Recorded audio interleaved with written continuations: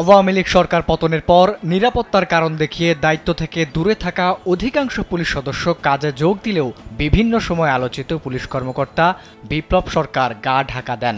ঘোষণা অনুযায়ী সকল পুলিশ সদস্যকে কাজে যোগ দেওয়ার নির্দেশ দিলেও তিনি এখনও কাজে যোগ দেননি।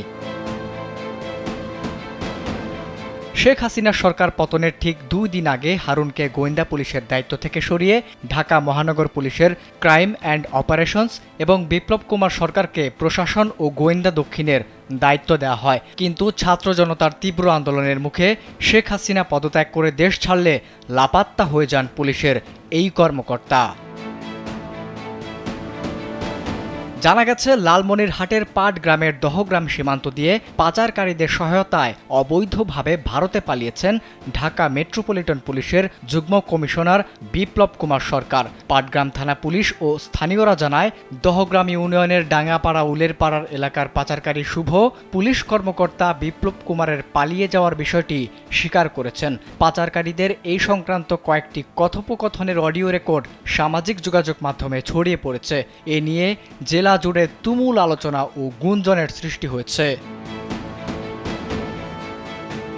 এ ঘটনায় সন্দেহভাজন হিসেবে পাটগ্রাম ব্র্যাক ব্যাংকের ব্যবস্থাপক পঙ্কজ কুমার মদন নামে এক ব্যক্তিকে মঙ্গলবার রাত 9টার দিকে স্থানীয়রা আটক করেন। পরে তাকে পাটগ্রাম থানা পুলিশের কাছে হস্তান্তর করা হয়। তবে রাতভর তাকে জিজ্ঞাসাবাদ করে নির্ভরযোগ্য কোনো তথ্য পাওয়া যায়নি বলে জানিয়েছেন পাটগ্রাম থানার ওসি আবু সাইদ চৌধুরী। বিষয়টি স্পর্শকাতর হওয়ায় বর্ডার গার্ড বাংলাদেশ বিজিবির রংপুর ব্যাটালিয়নের ঊর্ধ্বতন কর্মকর্তাও তা খতিয়ে দেখেছেন বলে জানা গেছে।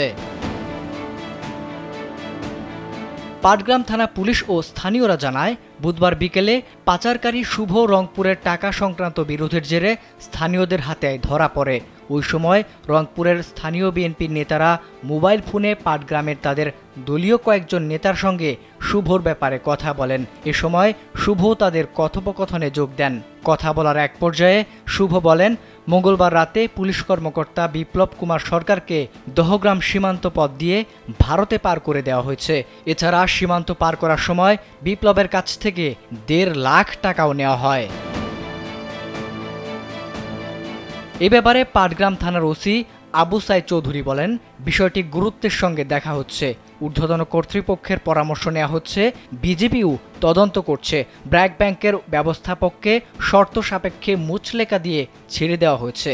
পুরো বিষয় তদন্ত করে সত্যতা পাওয়া গেলে কঠোর আইনগত ব্যবস্থা নেওয়া হবে।